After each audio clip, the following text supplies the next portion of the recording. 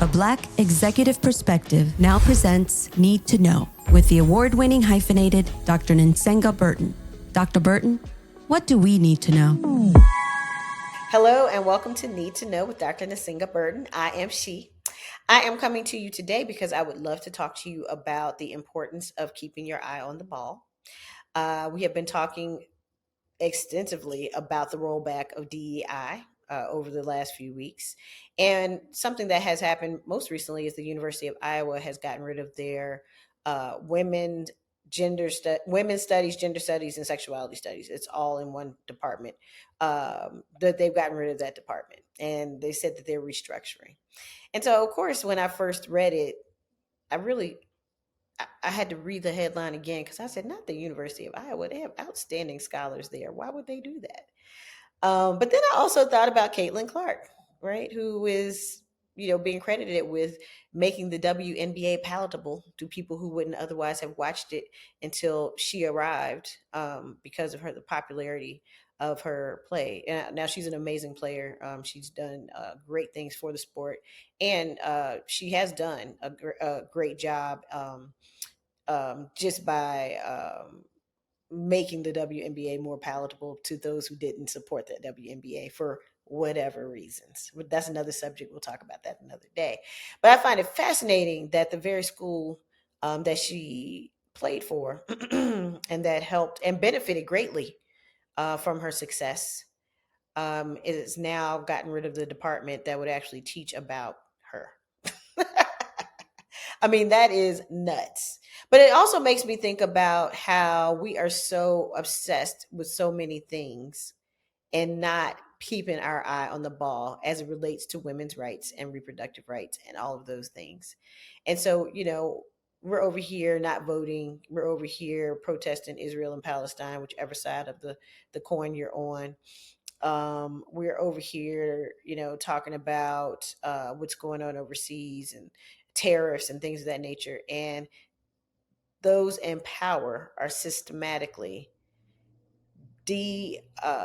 destroying, really, diminishing, devaluing all the DEE words that you learn for your SATs and your SAT prep course, women and women's rights.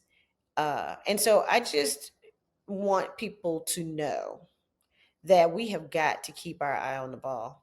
And I'm really tired of people trying to guilt women into taking on other topics, subjects, and issues.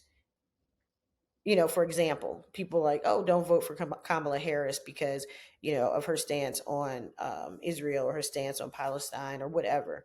We're not going to vote for her. We're not going to vote for her. And that's what it is. But where are you on women's rights in this country? Where are you on reproductive rights in this country? Where are you on maternal mortality in this country? Our numbers, particularly as it relates to women of color, mirror those of people in developing nations. So we don't see third world anymore, but that's what a developing nation is. Where are we on women's right to vote? Right. So all this voter suppression, it is impacting women. So where are we? And why is it that we can't do more than one thing at one time?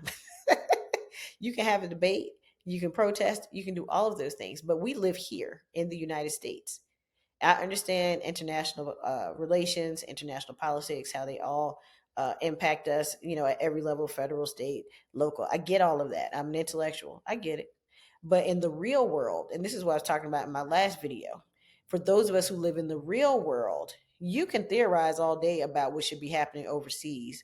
But the reality is what's happening here is that women are being disempowered and disenfranchised. And this is after the centennial celebration of women's suffrage, right? Which is when women gained the right to vote. Not all women, of course, but white women gained the right to vote. All right. So I just want us to really think about how we use our time and resources. I am never going to forget that people in my community were more concerned about people elsewhere than me and my rights and my daughter's rights. and my mother's right. I'm never going to forget that. People were so concerned and didn't care that my daughter has fewer rights than my mother did, than her grandmother did. I'm never going to forget that.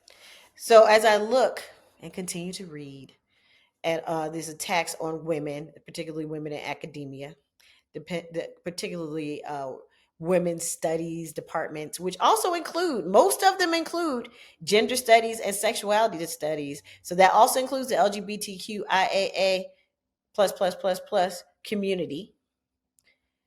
I would like for us to get a clue, to live in today, to focus on what's happening in our country, and that is affecting the people that you live with, you partner with, you work with, and that you see every day.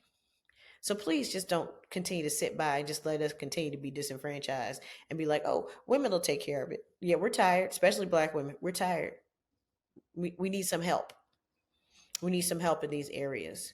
And we need people to stand up. And we need media to cover this, like in a way that's real. Cover this the way you cover whatever ridiculous thing that 47 said yesterday. Cover this the way you cover Giuliani not showing up at trial.